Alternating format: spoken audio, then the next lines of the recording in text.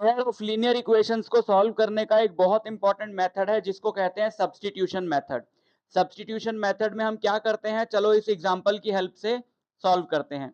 जैसे यहाँ पे हमारे पास दो इक्वेशंस हैं और हमें इन दोनों इक्वेशंस को सॉल्व करके एक्स और वाई की वो वैल्यू निकालनी है जो दोनों को सेटिस्फाई करे। तो हम इसमें से कोई एक इक्वेशन पहले पिक कर लेंगे। आप जनरली जो इक्वेशन आपको इजी लगे, छोटी लगे, उसको पिक कर सकते हो। दूसरी को भी पिक करोगे तो प्रोसीजर पे कोई फर्क नहीं पड़ेगा। तो सबसे पहले आपने एक इक्वेशन पिक करनी है।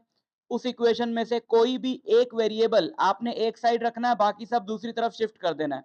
फॉर एग्जांपल यहाँ पे हम x को एक साइड रखते हैं, तो पहले हम y वाली टर्म उधर शिफ्ट कर दें, उसके बाद हम x का जो कोएफिशिएंट है उसे भी दूसरी साइड पे शिफ्ट कर दें।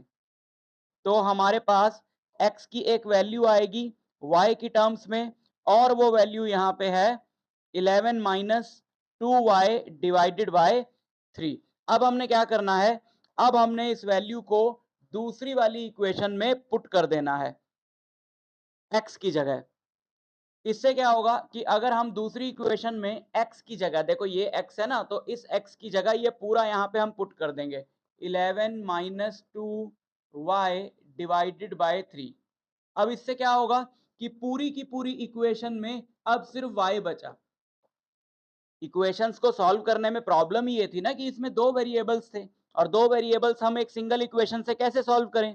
अब जब हमने सब्स्टिट्यूट किया तो यहाँ पे हमारे पास इस इक्वेशन में सिर्फ एक ही वेरिएबल बचा है, और इस वेरिएबल की हम वैल्यू यहाँ से फाइंड कर सकते हैं। 2 को अंदर मल्टीप्लाई किया, 22 minus 4y divided by 3 plus 3y equal to 4।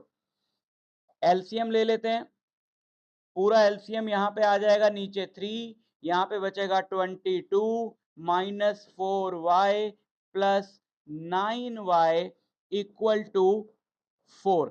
Cross multiply कर देते हैं, तो 22 माइनस 4y प्लस 9y, तो प्लस 5y इक्वल टू 3 को यहाँ मल्टीप्लाई कर दिया 12, और कांस्टेंट टर्म उधर ले गए तो 5y हो जाएगा 12 माइनस 22।